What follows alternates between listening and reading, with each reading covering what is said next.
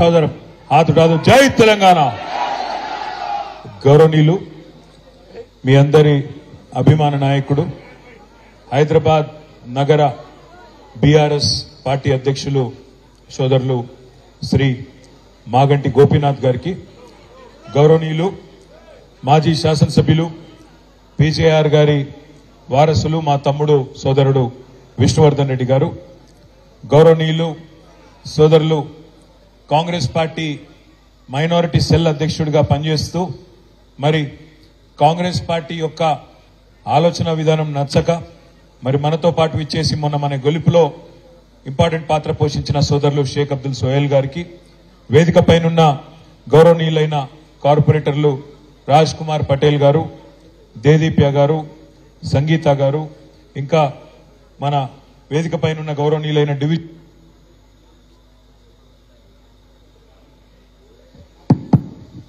గౌరవనీయులైన బాలప్రతాప్ గారు, డివిజన్ అధ్యక్షులందరికీ పేరు పేరున, వేదిక పైనున్న ముఖ్య నాయకులందరికీ, వేదిక ముందున్న మా ఆడబిడ్డలకు, అన్నాదమ్ములకు, ముఖ్యంగా మీడియా మిత్రులకు పేరు పేరున అందరికీ హృదయపూర్వకంగా నమస్కారం, హృదయపూర్వకంగా ధన్యవాదాలు. ఇప్పుడే సోదరులు గోపీనాథ్ గారు చెప్తున్నారు, మా ఆడబిడ్డలైతే పొద్దున 9:30, 10ంటికే వచ్చినారన్న, పార్టీ మీద ప్రేమతో అంత ఉదయమే వచ్చినారన్నారు. మీకు ప్రత్యేకంగా నా హృదయపూర్వకమైన నమస్కారాలు కూడా మా ఆడబిడ్డలందరికీ తెలియజేస్తా ఉన్నా. మిత్రులారా, మీ అందరికి తెలుసు, మరి మొన్న జరిగిన శాసనసభ ఎన్నికల్లో డిసెంబర్ 3 నాడు మనం అనుకున్న విధంగా మనం గవర్నమెంట్లోకి తిరిగి రావాలి, మనం తప్పకుండా మళ్ళీ కేసీఆర్ గారిని తిరిగి ముఖ్యమంత్రిగా చూడాలి అని గట్టిగా పట్టుబట్టి పనిచేసినాం. అందులో మీరు జూబ్లీ హిల్స్ లో బ్రహ్మాండంగా మీ ఎమ్మెల్యే గారిని అద్భుతమైన మెజారిటీతో గెలిపించుకున్నారు. మీ అందరికీ హృదయపూర్వకంగా ఇక్కడ కష్టపడి పనిచేసిన ప్రతి ఆడబిడ్డకు, ప్రతి అన్నదమ్ముడికి జూబ్లీ హిల్స్ లో మీ అందరికీ నా హృదయపూర్వకమైన ధన్యవాదాలు. సరే, మీరు జూబ్లీ హిల్స్ లో గెలిపించినారు. మొత్తం గ్రేటర్ హైదరాబాద్ పరిధిలో ప్రతి ఒక్క సోదరుడు సోదరి కూడా కేసీఆర్ గారి నాయకత్వం అయితేనే ఈ రాష్ట్రం బాగుంటది అని చెప్పి జీహెచ్ఎంసీలో క్లీన్ స్వీప్, మొత్తం ఒక్క సీటు కూడా వేరే వాళ్ళకి పోకుండా క్లీన్ స్వీప్ చేసి కాంగ్రెస్ ను, బీజేపీని అడ్రస్ లేకుండా గ్రేటర్ హైదరాబాద్ కాడికి చేయగలిగినాం. కానీ దురదృష్టం, బయట గ్రేటర్ హైదరాబాద్ బయట కొన్ని జిల్లాలలో మనం అనుకున్న ఫలితాలు రాలేదు. అందుకే మనకు 37% ఓటు వచ్చినప్పటికీ కాంగ్రెస్ పార్టీకి మనకంటే 1.85% అంటే చాలా స్వల్ప తేడా. దాంతో వాళ్లకు కొన్ని సీట్లు జిల్లాలలో ఎక్కువ వచ్చినాయి. మనకు 39 వచ్చినాయి, వాళ్లకు 64 సీట్లు వచ్చి వాళ్ళు గవర్నమెంట్లోకి వచ్చినారు. ఈ 45-50 రోజుల్లో నేను చూస్తా ఉన్నాను, హైదరాబాద్ లో ఉండే ప్రజలైతే ఇట్లెట్లా జరిగింది, ఎందుకు జరిగింది, ఎట్లా జరిగింది అనే మాట నేను కనీసం హైదరాబాద్ లో మిగతా మిత్రులతో, నాయకులతో, కార్యకర్తలతో మాట్లాడేటప్పుడు చాలా మంది ఆశ్చర్యం వ్యక్తం చేస్తున్నారు, బాధపడతా ఉన్నారు. కేసీఆర్ గారు లాంటి నాయకుడు ఇవాళ ముఖ్యమంత్రిగా లేడు అంటే మేము జీర్ణించుకోలేకపోతున్నామన్నా అనే మాట కూడా చాలా మంది మిత్రులు చెప్తా ఉన్నారు. నేను మీ అందరికీ ఒకటే విజ్ఞప్తి చేస్తా ఉన్నా, రాజకీయాల్లో, జీవితంలో చిన్న చిన్న ఎదురు దెబ్బలు, చిన్న చిన్న సెట్ బ్యాక్స్ తప్పవు. ఈ రోజు మనకు జరిగింది కూడా ఒక చిన్న ఎదురు దెబ్బ మాత్రమే, ఒక చిన్న స్పీడ్ బ్రేకర్ మాత్రమే. అంతే తప్ప దీని నుంచి మన మీద గందరగోళం అయిపోయి, మన మీద భయపడి లేదా బాధపడి ఇంట్లో కూర్చునేంత భయంకరమైన ఓటమేమి మనకు జరగలేదు. 39 సీట్లు ప్రజలు మనకు అప్పచెప్పినారు. 39 సీట్లు అంటే 119లో సరిగ్గా 3వ వంతు, 1/3 సీట్లు మనకు అప్పచెప్పినారు. 14 సీట్లు మనం స్వల్ప తేడాతో ఓడిపోయినాం. జుక్కలనే ఒక నియోజకవర్గంలో 1100 ఓట్లతో ఓడిపోయినాం. దేవరకద్ర అనే మరొక నియోజకవర్గంలో 1300 ఓట్లతో ఓడిపోయినాం. మన కాగజ్ నగర్ లో 3000 ఓట్లు, బోధన్లో 3000 ఓట్లు, ఖానాపూర్లో 4200, అట్లా చెప్పుకుంటూ పోతే ఒక 14 సీట్లలో కేవలం 4-5 వేల ఓట్ల తేడాతోనే ఓడిపోవడం జరిగింది. రాష్ట్ర వ్యాప్తంగా మీరు చూసినట్టయితే కూడా స్వల్ప తేడా, రకరకాల కారణాలైనప్పటికీ చాలా స్వల్ప తేడాతోనే మనం ఓడిపోయినాం. అదే హైదరాబాద్ కాడికి వస్తే అఖండమైన మెజారిటీలతో గెలిచినాం. 85,000, 72,000, 50,000, 40,000, 30,000 బ్రహ్మాండమైన మెజారిటీలతో హైదరాబాద్ లో మనం జయకేతనం ఎగరవేసినాం. ఇవాళ మనందరం ఆలోచించాల్సింది ఒకటే, పెద్దలు చెప్తారు ఎక్కడ కోల్పోయిన దాన్ని అక్కడనే వెతుక్కోవాలంటారు. అందుకే నేను అనేది తెలంగాణలో ఈ రోజు ఏ అధికారాన్ని అయితే మనం చేజార్చుకున్నామో తప్పకుండా పార్లమెంట్ ఎన్నికల్లో మన గెలుపుతో తిరుగులేని సమాధానం. మనం గట్టిగా ఉన్నాం, తెలంగాణ ప్రజల్లో కేసీఆర్ గారు బలంగా ఉన్నారనే మాట తెలవాలి అంటే పార్లమెంట్ లో బలంగా మనం పనిచేయాల్సిన అవసరం ఉంది. పోయినసారి కూడా సికింద్రాబాద్ లోక్సభ నియోజకవర్గ పరిధిలో మనం అన్ని నియోజకవర్గాలు గెలిచినాం. నాంపల్లిలో ఎంఐఎం గెలిచినండే. కానీ దురదృష్టవశాత్తు లోక్సభ ఎన్నికల్లో మనం ఓటమి పాలు కావడం జరిగింది. ఈసారి అట్లా కాకుండా మొదటి నుంచే మనం జాగ్రత్తగా పటిష్టంగా పనిచేసుకుంటే, మొదటి నుంచే మనం సరైన వ్యూహాన్ని రూపొందించుకుంటే తప్పకుండా జూబ్లీహిల్స్ నియోజకవర్గంతో సహా 7 నియోజకవర్గాల్లో కూడా బ్రహ్మాండమైన మెజారిటీ వచ్చే అవకాశం ఉంటుంది. లాస్ట్ టైం కూడా గోపీనాథ్ గారు కష్టపడి లోక్సభలో మనకు మెజారిటీ ఇచ్చినారు. మీ అందరి కష్టంతో లోక్సభ ఎన్నికల్లో కూడా మనకు మెజారిటీ వచ్చింది.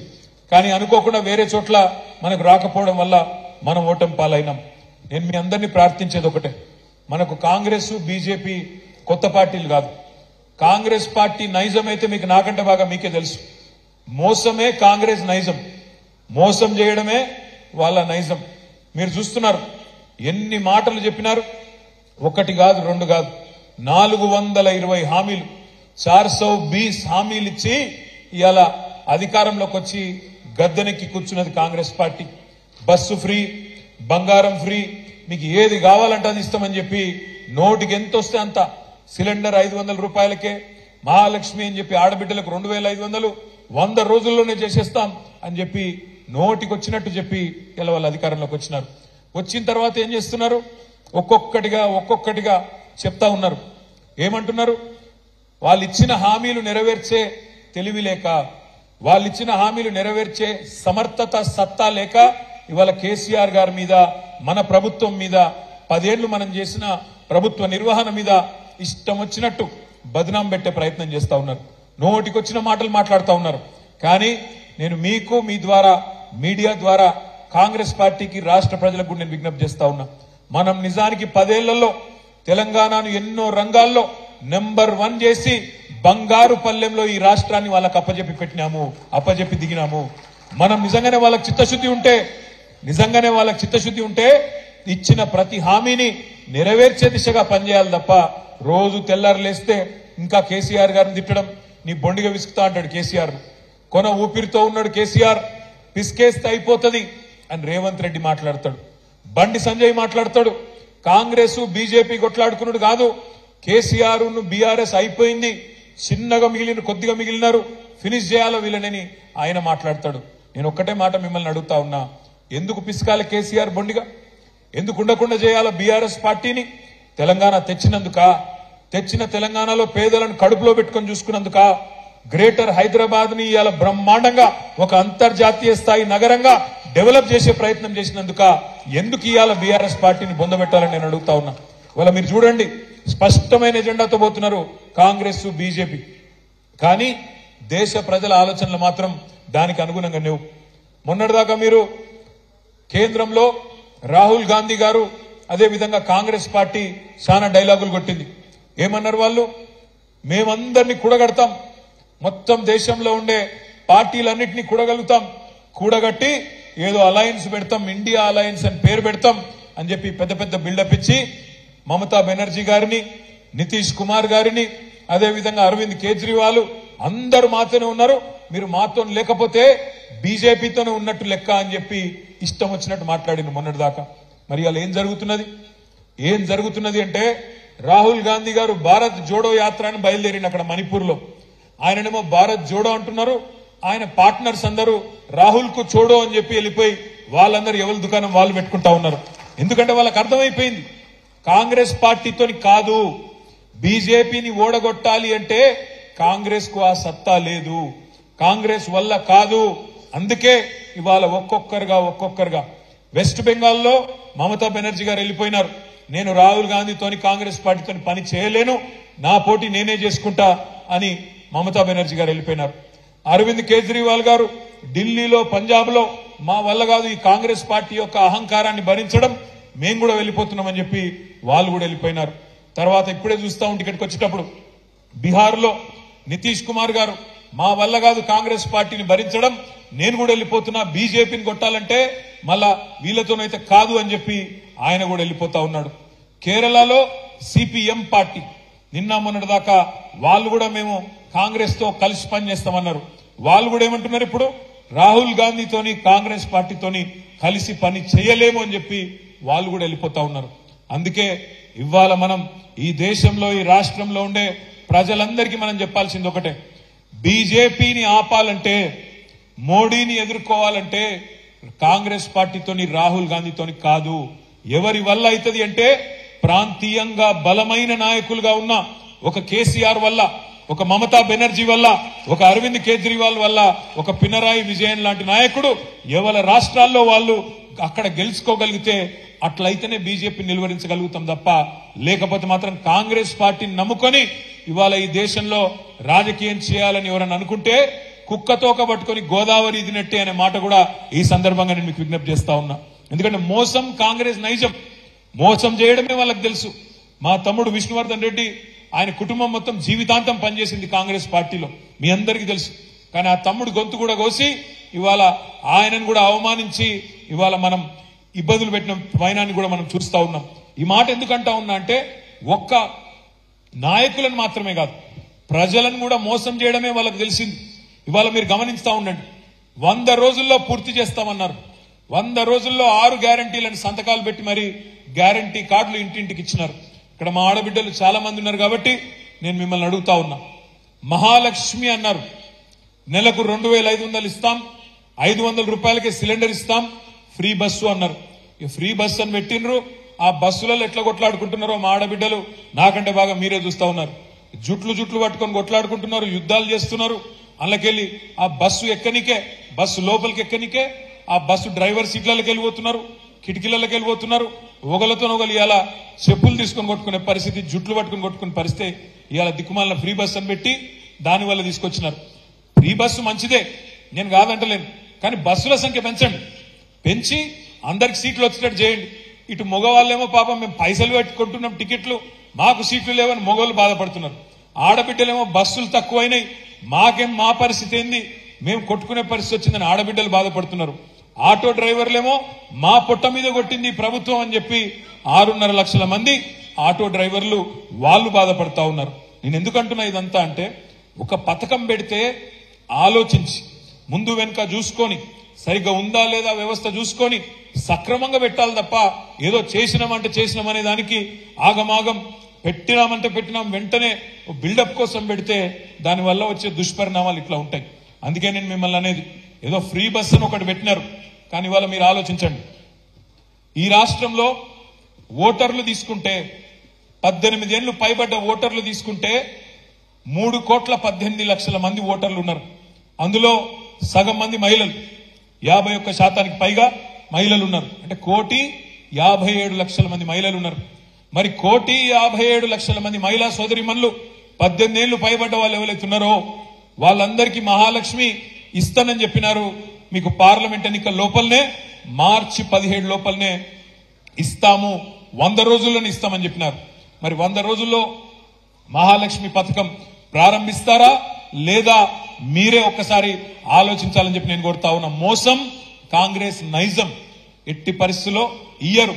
ఇస్తే కూడా ఏం చేస్తారు, 1,57,00,000 మందికి ఇస్తారా, ఇయ్యకుండా తప్పించుకునే ప్రయత్నం చేస్తారు. ఏదో ఒక షరతు పెట్టి ఇంటికొకటని తెల్ల కార్డని. మీరు ఒక మాట ఆలోచన చేయండి, కేసీఆర్ గారు ఉన్నప్పుడు ఇదే హైదరాబాద్ మహానగరంలో మనం కూడా ఇంటింటికి పోయి సమగ్ర కుటుంబ సర్వే చేసినాం. ఏం చేసినాం అన్నాడు, మీరు ఇళ్లలోనే ఉండండి, మీ ఇంటికే అధికారులు వస్తారు, వచ్చి అన్ని వివరాలు రాసుకొని పోతారు అని చెప్పి ఇళ్లలోనే ఉండండి, దయచేసి ఇంట్లోంచి బయటికి కదలకండి అని చెప్పి మీరు ఇంట్లో మంచిగా కడుపులో చల్లగదలకుండా ఉంటే ఇంటికి అధికారులను పంపించి అన్ని వివరాలు రాసుకున్నాం.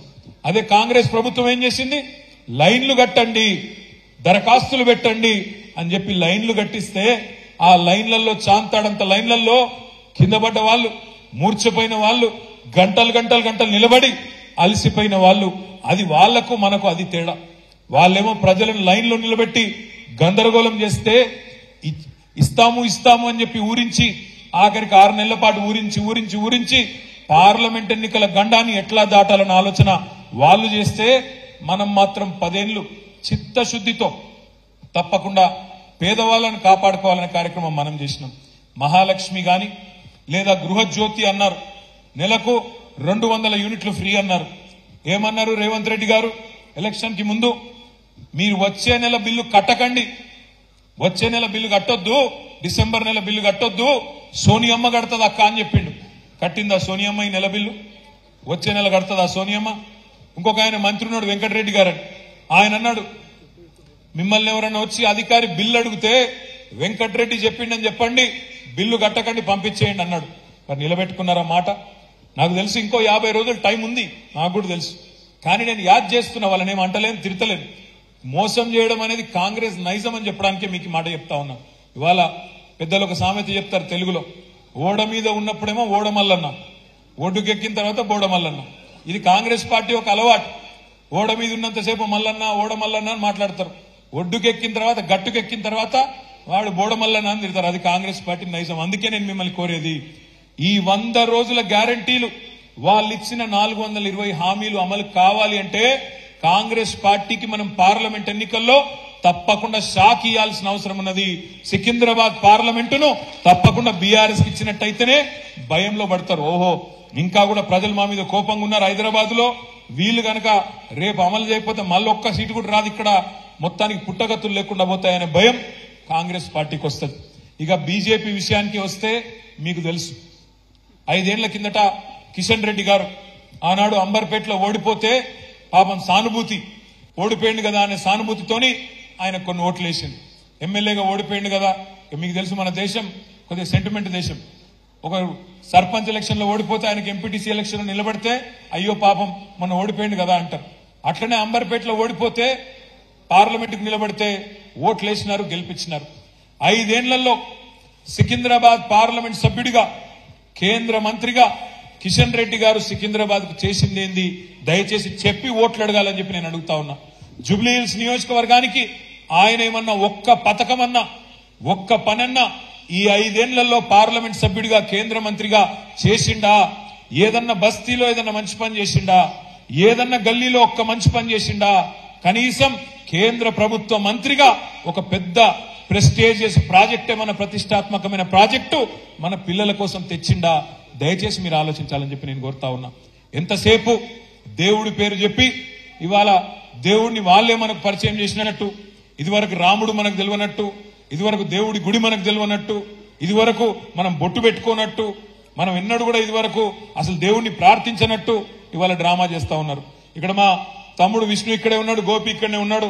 మీరు తెలుసు, విష్ణు వాళ్ళ నాన్నగారు పెద్దమ్మ టెంపుల్, మొత్తం హైదరాబాద్ లోనే అతిపెద్ద పెద్దమ్మ టెంపుల్ కట్టిందే వాళ్ళ కుటుంబం. కానీ ఎన్నడూ దేవుణ్ణి వాడుకోలేదు, ఎన్నడూ దేవుణ్ణి అడ్డం పెట్టుకుని రాజకీయం చేయలేదు. కానీ ఇవాళ గోపీనాథ్ గారు కూడా భక్తుడు, ఆయన కూడా రెగ్యులర్ గా టెంపుల్కి పోతాడు, ఆయన కూడా రెగ్యులర్ గా మరి భగవంతుని ప్రార్థించుకుంటాడు. కానీ మనం భగవంతుని నమ్ముకున్నాం, మొక్కుకుంటాం, రాజకీయంగా వాడుకోవట్లేదు. వాళ్ళు మాత్రం ఇవాళ మేము రామ మందిరం కట్టినాం, రామ మందిరం కట్టండి మంచిది, మేమేం కాదంటలేదు. కానీ రాజకీయంగా మీరేం చేసిండ్రో చెప్పండి. మీకు 5 ఏళ్లు మంత్రిగా అవకాశం ఇస్తే కేంద్రంలో సికింద్రాబాద్ లోక్సభకు ఒక్క పని చేసినామా చెప్పు కిషన్ రెడ్డి అని నేను అడుగుతా ఉన్నా. తెలంగాణ రాష్ట్రానికి పనికి వచ్చే ఒక్క పని ఇవాళ బీజేపీ చేసిందా ఆలోచించండి. ముఖ్యంగా మా ఆడబిడ్డలు ఎక్కువ మంది ఇక్కడ ఉన్నారు, నేను మిమ్మల్ని ఆలోచించమని కోరుతా ఉన్నా. మోడీ గారు ప్రధానమంత్రి అయిన తర్వాత దేశంలో అన్ని ధరలు ఆకాశంలోకి వెళ్ళిపోయినాయి. పప్పు పిరమైంది, ఉప్పు పిరమైంది, నూనె పిరమైంది, చింతపండు పిరమైంది, అన్ని పిరమై ఈరోజు పెట్రోల్ డీజిల్ అన్ని కూడా పిరమై ఇలా భారతదేశం మొత్తం మోడీ గారిని మా ఆడబిడ్డలు మా అన్నదమ్ములు ఒకటే అంటా ఉన్నారు. ప్రియమైన ప్రధానమంత్రి అంటలేరు, పిరమైన ప్రధానమంత్రి మోడీ గారు అంటున్నారు.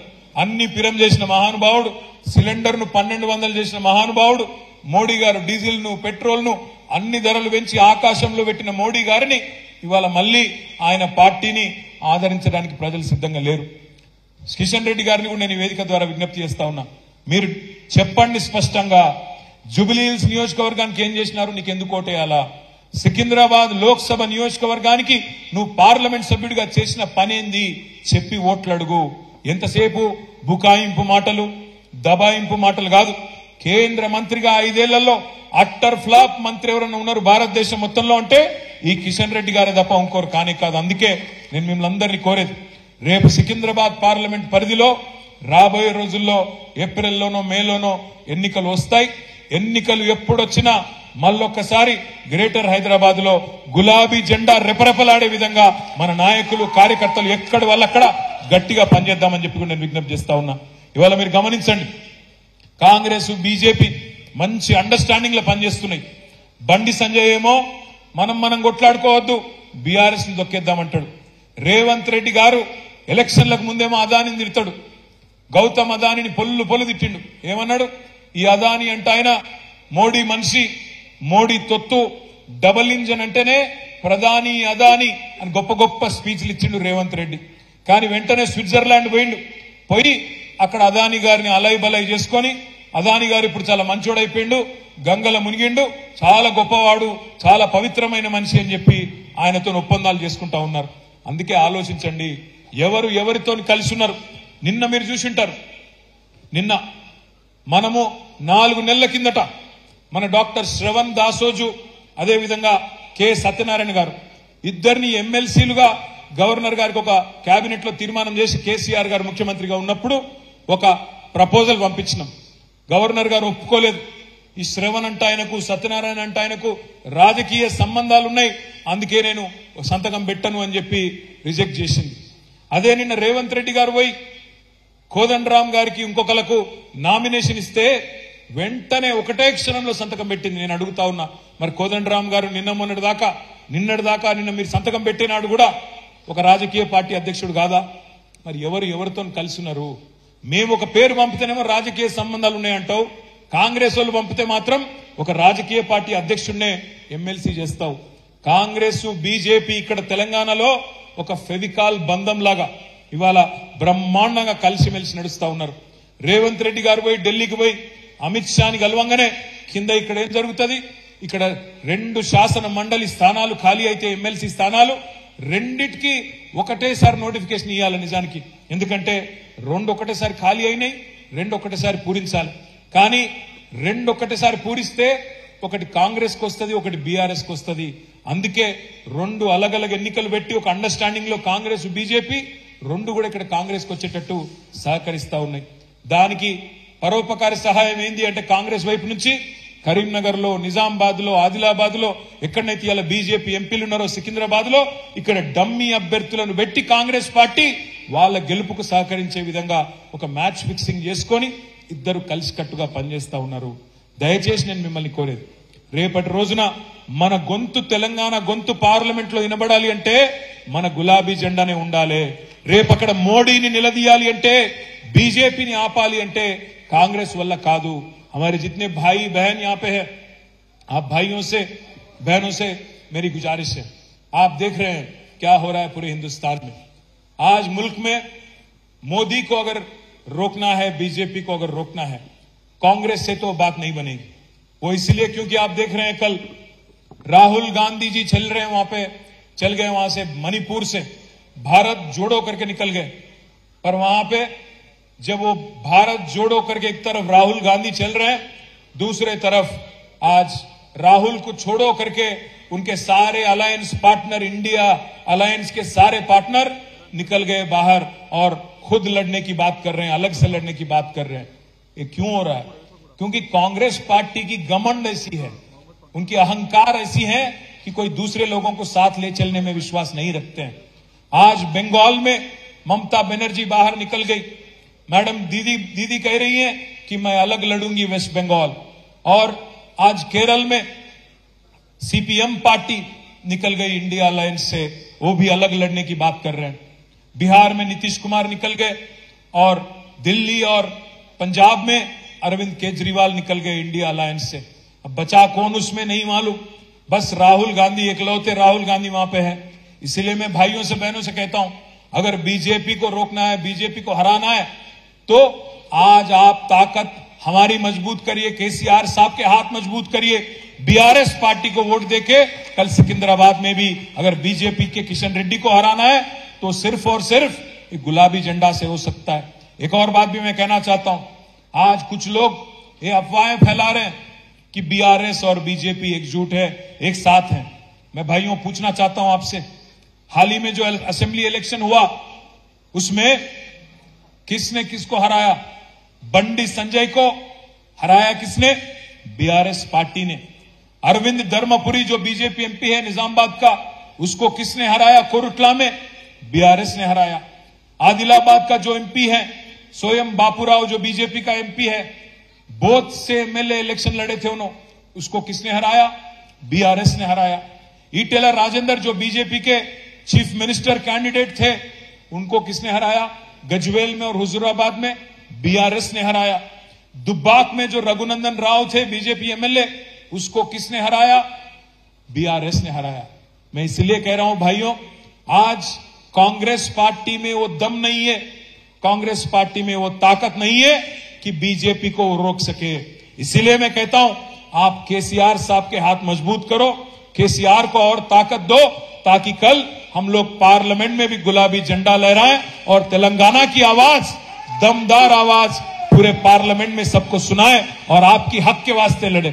भाइयों, मैं एक और बात भी कहता हूं, आज कांग्रेस पार्टी कुछ भी कहे, कुछ भी बोले, बात तो साफ है कि आज कांग्रेस पार्टी जो राजस्थान में हार गई, कांग्रेस पार्टी जो छत्तीसगढ़ में हार गई, मध्य प्रदेश में हार गई और अपनी गलती से थोड़ा यहां पे 1-2% वोट से यहां जो जीत गई, सिवाय एक दो स्टेट आज पूरे मुल्क में कांग्रेस कहीं भी नहीं है। तो उनको अगर आप गलती से भी वोट दिए तो फिर फायदा होगा बीजेपी को, ये बात याद रखिए। गलती से अगर वोट आपने दे दिया कांग्रेस को तो फायदा पहुंचेगा आज बीजेपी को और नुकसान होगा बीआरएस जैसे सेक्युलर पार्टी का। आप ये बात समझने की कोशिश करें।